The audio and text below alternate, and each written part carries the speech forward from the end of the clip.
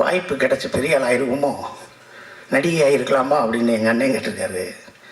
அதுக்கு செல்லியன் இருக்கும் அப்படின்னா, அதுக்கு எங்கள் அண்ணன் சொல்லியிருக்காரு, நீங்கள்லாம் பெண்ணாக பிறந்தா செவப்பாக பிறந்துடுவேன், நல்லா பிறந்துட்டேன் கருப்பாக பிறந்துடுவேன், அப்பயும் எனக்கு பிரச்சனைண்டா அப்படின்னு. இதெல்லாம் மயிலாஞ்சி ஷூட்டிங் அப்போ தனியாக நின்று பேசிக்கிறீர்கள், நாங்களாம் சிரிச்சுக்கிட்டு இருப்போம். செகண்ட் ஷூட்டில் போகையில் என்ன சிரிக்கிறீங்கன்னு கேட்டுக்கிட்டே இருப்பாங்க. ஸோ அவர்களுக்கும் அவர்களுக்கான பந்தம். ஒரே அறையில் ஒரு நாள் 10 நாள் பேசலாம், 20 நாள் பேசலாம், 2 மாதம் பேசலாம், 3 மாதம் பேசலாம், 4 வருஷம் 5 வருஷம் 6 வருஷம் பேச முடியுமா? எங்கள் அண்ணன் சீமான் அண்ணன், செலியன் sir, director Bala sir, Arthur Wilson, Jeyamohan, Ramakrishnan, இப்படியே உட்காந்து பேசிக்கிட்டே இருப்போம். 100 படம் பார்த்து ஒரு நல்ல படம் எடுக்க முடியாது. ஒரு படத்தை 100 தடவை பார்க்கணும்டான்னு எங்கள் அண்ணன் தான் சொல்லுவார். ஓடுன ஒரு நல்ல படத்தை 100 தடவை பாடுறான். நல்ல படத்தை பாடுறான். இங்கே அந்த ஃபெஸ்டிவல் போகிறது, அந்த ஃபெஸ்டிவல் தூக்கி எறியா, ஒரு படம் பாடுறான். உலகத்தில் சத்யஜித், ஜேம்ஸ் காமரூன், அவன் இவெல்லாம் சொல்லாதரா. இந்த பக்கத்தில் உட்காந்துருக்காடா தம்பி பாலா பேரை சொல்கிறான், பாலுமேந்திர சார் பேரை சொல்கிறான், பீம்சிங் பேரை சொல்கிறா, பால் நீலகண்டன் பேரை சொல்கிறா, இல்லை டைரக்டரா, பெரிய டைரக்டரா எம்ஜிஆர் பேரை சொல்கிறா, அப்படி தான் சொல்லுவார். அது போட்டதுக்குரிய இத்தனை பேர் இருக்காங்க. கங்கையரமன் சார் என் படத்தில், ரெட்டு படத்தில், அஜித் படத்தில் நடிக்க சொல்லி அவர்கிட்ட போய் கேட்டேன். அவர் நான் ஆஃபீஸ்க்கே வரேன்ப்பா அப்படின்னாரு. ஆஃபீஸில் வந்தேன், கதையெல்லாம் சொன்னேன். எப்படிப்பா நான் பண்ணிடுவேண்ணா, வச்சிருவேண்ணா அப்படின்னாரு.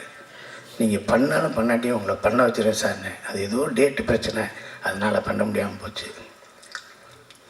எங்கள் அண்ணன் சாரி, என் சகோதரன், என் மூத்தவர், மதிப்புக்குரிய போற்றுதலுக்குரிய மிஸ்கின் சார், நான் 12 மணிக்கு ஐ லவ் யூ சொல்கிற ஒரே ஆள் அவர் தான். கேட்பார், என்ன சாப்பிட்ட அதை மட்டும் சொல்லும்பார். இல்லை நான் 12:30 மணிக்கு பேசுகிறீங்களே அதை அப்படிம்பார். என்றைக்காவது ஒரு இடத்துல போய் கற்றுக்கலாம் அப்படின்னு போவோம்ல, அது மிஸ்கின் சார்ட்ட இருக்கும். நான் சைக்கோவில் பண்ணேன்.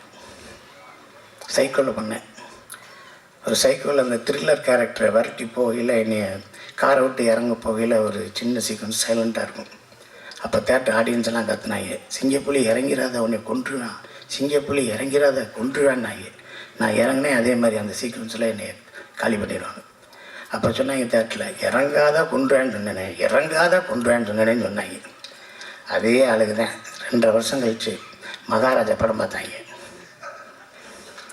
படம் பார்த்துக்கிட்டு இருக்கையில் என்னை பற்றி தெரிஞ்சோடனே, இன்னமாடா நிற்கிற அவனை கொள்றான்னு. அதே 100 ரூபா கொடுத்தேன்னா இங்கே 120 ரூபா கொடுத்து என்னை கொள்ள சொன்னாங்க.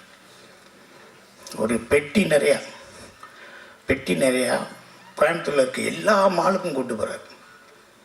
இந்த கேப் உனக்கு பிடிக்குதான்னு 10 கேப் வாங்குறாரு. அந்த கேப்பு மொத்தமே ஒரு 5000 ரூபா ஆயிடுச்சு. கோட் வாங்குறாரு, ஷர்ட் வாங்குறாரு, ஷூ வாங்குறாரு. இல்லை பேசாமல் இருங்க, உங்களை நான் அழகாக காட்ட போகிறேன்னாரு.